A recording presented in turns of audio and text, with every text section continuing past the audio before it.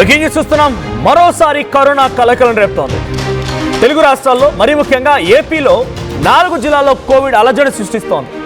Covid పాజిటివ్తో 4 ఇప్పటికే చనిపోయారు. మీరు వింటుంది నిజమే. ఇప్పుడు ఈ సమయంలో కోవిడ్తో మరణాలు ఉన్నాయనంటే ఈరోజు అఫీషియల్గా ఏపీ ప్రభుత్వం ప్రకటించిన ప్రకారంగా కోవిడ్తో 4 చనిపోయారు. వైరస్ వేరియంట్ని గుర్తించే పనిలో ఉన్నారు వైద్యశాఖ. ఇక జూన్ 26 నుంచి జూలై 16 వరకు 12 కేసులు నమోదయ్యాయి. కడపలో అత్యధికంగా 8 కేసులు నమోదయ్యాయి. గుంటూరులో 2, విశాఖ, కాకినాడలో ఒక్కో కేసు నమోదైంది. 5 నమూనాలని పూణే ల్యాబ్కి పంపించారు. సో ఒకే చోట క్లస్టర్ కేసులు లేవంటున్నారు ఆరోగ్య శాఖ కార్యదర్శి వీరపాండియన్. రాష్ట్రంలో 67 మందికి కోవిడ్ పరీక్షలు జరగగా 2కి కాంటాక్ట్ ద్వారా మాత్రమే వైరస్ సోకినట్టు గుర్తించారు. 3 హోమ్ ఐసోలేషన్లో, 2 ఆసుపత్రిలో చికిత్స పొందుతూ ఉన్నారు. ప్రజలు అప్రమత్తంగా ఉండాలని వైద్య శాఖ సూచించింది. దేశవ్యాప్తంగా జూలై 1 నుంచి 339 కోవిడ్ కేసులు నమోదయ్యాయి. కేరళలో అత్యధికంగా 115 కేసులు, కర్ణాటకలో 64 కేసులు, మహారాష్ట్ర 43 కేసులు, తమిళనాడులో 39, ఢిల్లీలో 18. ఇక రాష్ట్రాల పరిస్థితి పైన కేంద్రం కూడా నిఘా పెట్టింది. కేంద్ర వైద్యారోగ్య శాఖ కూడా దీనిపై నిఘా పెట్టింది. సో ఆంధ్రప్రదేశ్లో 4 మరణాలు సంభవించాయి. మొత్తంగా 12 కేసులు నమోదయ్యాయి. సో వివిధ రాష్ట్రాల్లో వివిధ రకంగా ఉంది. అయితే ఇక్కడ అధికారులు చెప్తున్న మాట ఒకటే, ఇది గతంలో మాదిరిగా ఒక దగ్గర వన్స్ స్టార్ట్ అవ్వగానే ఆ కమ్యూనిటీలోనే ఆ రీజియన్లోనే పెద్దగా ప్రబలడం లేదు. ఇది డిఫరెన్స్ ఆఫ్ పాకుతోంది, ఒక్కో దగ్గర ఒక్కో రకంగా ఉంది అని చెప్తున్నారు. కడప జిల్లాలో 8 అంటే ఒక్క దార వచ్చిందని అంటే కంటిన్యూస్గా బ్యాక్ టు బ్యాక్ అక్కడ వస్తూనే ఉంటాయి. ఒకరికి తర్వాత ఒకరికి ఫిజికల్ కాంటాక్ట్, హ్యాండ్ షేక్ ద్వారా కానీ, తర్వాత సలైవా ద్వారా కానీ, స్ప్లిట్టింగ్ వల్ల కానీ ద్వారా వస్తూ ఉంటుంది. కానీ ఇక్కడ అటువంటి మాదిరిగా లేదు అని ఆరోగ్య శాఖ అధికారులు చెప్తున్నారట. గుంటూరులో 2 కేసులు, విశాఖలో 1 కేసు, కాకినాడలో 1 కేసు, 5 నమూనాలని అంటే 5 మెంబర్స్ యొక్క శాంపిల్స్ని పూణే ల్యాబ్కి పంపించారంట. ఇది ఏ రకమైన వేరియంట్ అనే కోణాల్లో ఇప్పుడు ల్యాబ్లో పరీక్షలు జరుగుతున్నాయి.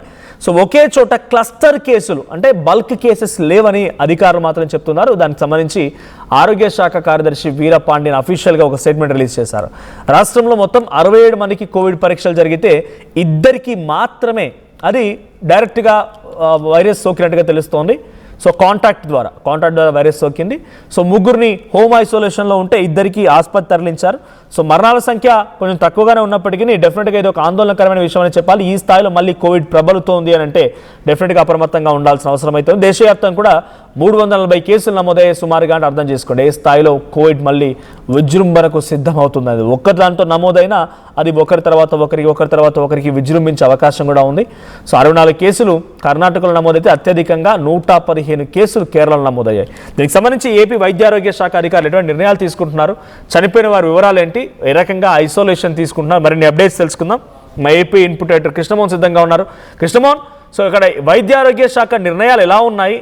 కోవిడ్ కేసులు రోజు రోజుకి పెరుగుతున్నాయి. మరి ముఖ్యంగా ఒకే జిల్లాలో 8 కేసులు నమోదవడం ఎలా చూడాలి? సో ఇప్పటివరకు మరణించిన వారికి సంబంధించిన డీటెయిల్స్ ఏంటి, ఇంకా మిగిలినటువంటి వారి చికిత్స పొందుతున్న వారి పరిస్థితి ఎలా ఉంది?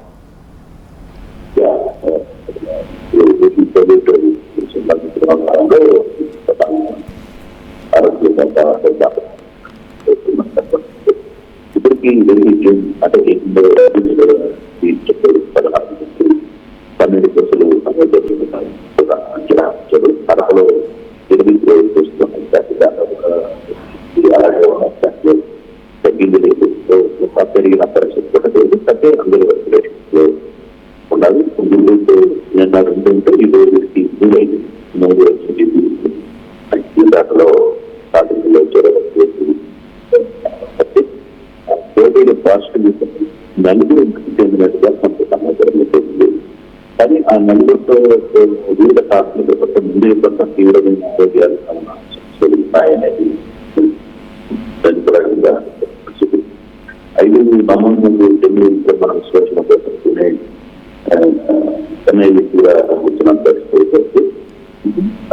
ఇక్కడ రాష్ట్రంలో మాత్రం కొంత కంపారిటివ్ రాష్ట్రాలతో చూసుకుంటే అయితే పెద్దగా కష్టం అయితే లేవు. కాకపోతే ప్రస్తుతం 3 ఆసుపత్రి చికిత్సలు జరుగుతున్న పరిస్థితి మనం డిశ్చార్జ్ చేయాలనేది చెప్తున్నారు. పబ్లిక్ ప్యానిక్ కావాల్సిన అనేది ఆంధ్రప్రదేశ్ బాగా క్లియర్గా చెప్తున్నారు. సున్నితంగా అయితే కొంత సున్నితంగా ఉండాల్సిన పరిస్థితి. ఉదాహరణకు ఇప్పుడు దేశంలో 339 ఉంటే కేరళలో కర్ణాటకలో మహారాష్ట్రలో ఆంధ్రప్రదేశ్ లో 12 మాత్రమే ఉంటారు. అయితే కొంత రివ్యూస్ ఆంధ్రప్రదేశ్ లో స్పెషల్ గా ఇట్లా అంత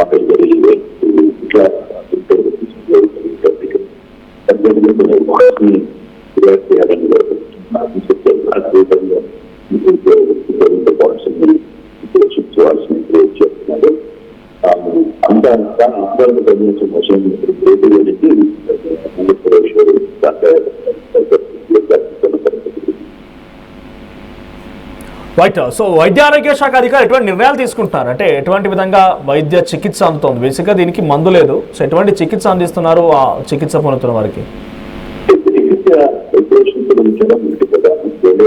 సంబంధించిన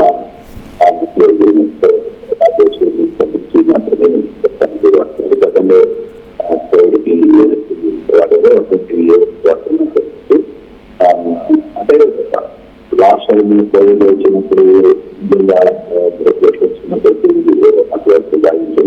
పద్ధతినే అంటే గవర్నమెంట్ కూడా నిజంగా ఏమి చెప్పలేదు కాబట్టి కొంత ఇంపాక్ట్ కనబడుతుంది. లాస్ట్ టైం ఏదైతే ఐసోలేషన్ సెంటర్స్ మాత్రం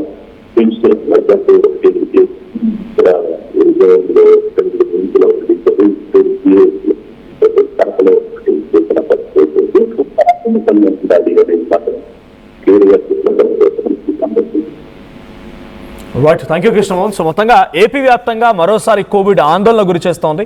కడపలో 8 కేసులు నమోదయ్యాయి, గుంటూరులో 2, విశాఖ కాకినాడలో 1. సో బేసిక్గా కోవిడ్కి చికిత్స లేదు, కానీ సెల్ఫ్ మనమే కొంత డైట్ ఫాలో అవ్వడం కానీ లేకపోతే సహజంగా కొన్ని ప్రక్రియలు ఉన్నాయి. దీంతో పాటుగా ఐసోలేషన్ కూడా వెళ్ళడం మంచిది. మన కుటుంబంలో ఒకరి కనుక వస్తే వాళ్ళు ఐసోలేషన్లో ఉంటే డెఫినెట్గా ఇంకొకరికి అది ప్రబలకుండా ఇంకొకరికి పాకకుండా ఉంటుంటుంది. సో సహజంగా ఇప్పుడు ఈ మధ్య కాలంలో కోవిడ్ లేదు, అల్లి అయినా కూడా ఇది ప్రబలుతోందని అంటే డెఫినెట్గా అప్రమత్తంగా ఉండాల్సిన ఆవశ్యకత అయితే ఉంది. సో డెఫినెట్గా కొన్ని సిమ్టమ్స్ ఉన్నాయి. సో ఆ సిమ్టమ్స్ అందరికీ తెలిసిందే, కోవిడ్లో ప్రతి ఒక్కరం ఎక్స్పీరియన్స్ అయ్యాం కాబట్టి అటువంటి ఎక్స్పీరియన్సెస్ మళ్ళీ ఆ సిమ్టమ్స్ కానీ మళ్ళీ మీకు రిపీట్ అయితే డెఫినెట్గా డాక్టర్ని సంప్రదించండి. డాక్టర్ల సలహా సూచన మేరకు తగు జాగ్రత్తలు తీసుకొని దాని నుంచి బయటపడండి. సో ఏపీలో ఇది ఈ స్థాయిలో విజృంభిస్తోంది. మరి వైద్య ఆరోగ్య శాఖ అధికారులు కొన్ని టెస్ట్ల రూపంలో వాటిని రిపోర్ట్ తీసుకోవడం కోసం పూణే ల్యాబ్స్కి పంపించారు. మరి ఏ వేరియంట్ తీవ్రత ఎలా ఉంటుంది అంటే తక్కువగా కేసులు నమోదైన మరణాలు కూడా సుమారుగా 4-5 మరణాలు సంభవించాయంటే ఇట్స్ నాట్ ఏ జోక్. ఇది చిన్న విషయం ఏం కాదు. మరి దీన్ని ఎలా కంట్రోల్ చేస్తారు? అటు సెంట్రల్ హెల్త్ మినిస్ట్రీ కానీ స్టేట్ హెల్త్ మినిస్ట్రీ కానీ ఎటువంటి విధంగా దీనిపై చర్యలు తీసుకుంటారనే చూడాలి.